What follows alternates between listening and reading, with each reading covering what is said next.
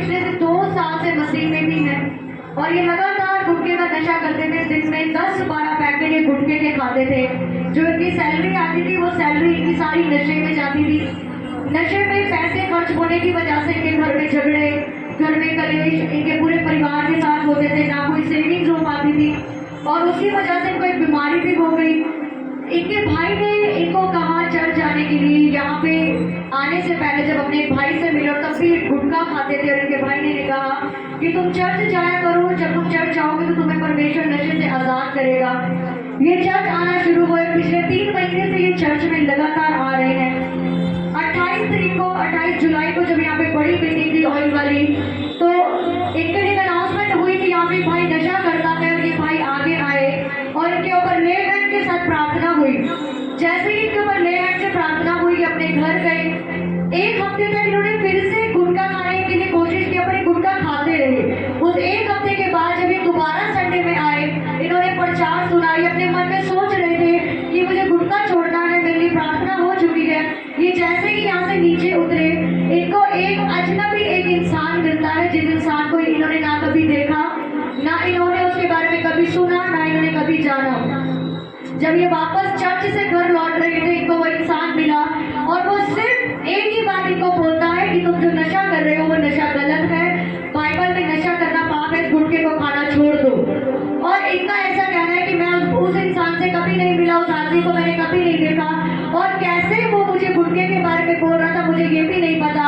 ले हैंड की प्रेयर के बाद 10 साल के बाद एक ऐसा अजनबी इंसान मिलता है जिन्हें आगे सिर्फ ये कहता है कि गुटखा खाना पाप है। जैसे ही उसकी आवाज को सुनते हैं, उस दिन से लेके आज तक जो 10 साल से नशा कर रहे थे, पूरी तरह से नशा इन्होंने छोड़ दिया है। अब इनका खाने का मन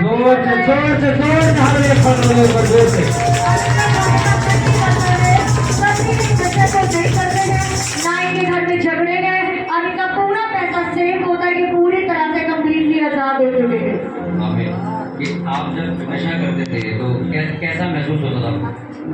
नशा करते थे तो शरीर मतलब भारी लगती थी और जब से मैंने नशा छोड़ दिया उससे से मेरी शरीर पूरी हल्की हो गई है। मतलब जब आप नशा करते थे पिछले 10 सालों से तो शरीर आपको भारी लगता था। हाँ। चर्च में आने के लिए आपको किसने आपको बताया?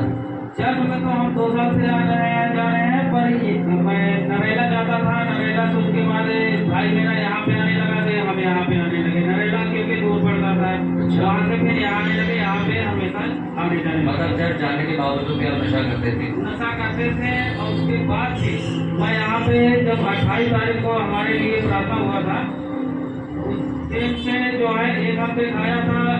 उसके अगले संडे को आप नहीं थे यहाँ पे, तो उस दिन भी आराधना हो रही थी। तो आराधना के समय में अपनी आंखें पूरी बंद करके मैं आराधना में थे।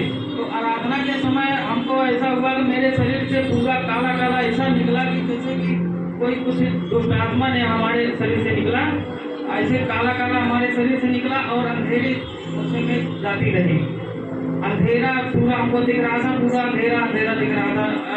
वही दिन से हमने यहाँ से भी गया। जब यहाँ से प्रार्थना हुई तो हम नीचे से गए फिर वहाँ पे गुटखा खाए। वहाँ से गुटखा खा के मैं घर पे गया। घर से दूसरे दिन हमको एक आदमी मिला, उसके जरिए से हमने गुटखा को छोड़ दिया। आप नहीं जानते हो कौन? कोई पहचान वाला हो पहले? कोई नहीं है। उसके बाद से दोबारा नहीं मिला? उसके बाद दोबारा भी नहीं मिला और उसी दिन से हमने गुटखा बोला कि हमारे जेब में 2 गुटखा है, 2 गुटखा खा लूंगा, उसके बाद मैं गुटखा छोड़ दूंगा। अब 2 गुटखा खाया उसी दिन से मैं दूसरे दिन से गुटखा बंद कर दिया। उसी दिन से एक दिन में कितना गुटखा खा लेते थे? 12-13 गुटखा खा लेते थे। पैकेट मतलब? आपको क्या लगता है वो इंसान वो कौन था? जिस व्यक्ति को जानते नहीं, जिस व्यक्ति को पहचानते नहीं, जिस व्यक्ति का काफी देर हमसे बातें किया था कि आप नशा छोड़ दीजिए, आप स्वस्थ रहोगे। ये बोल के चलता गया। हाँ जोर से हालेलुया बोले।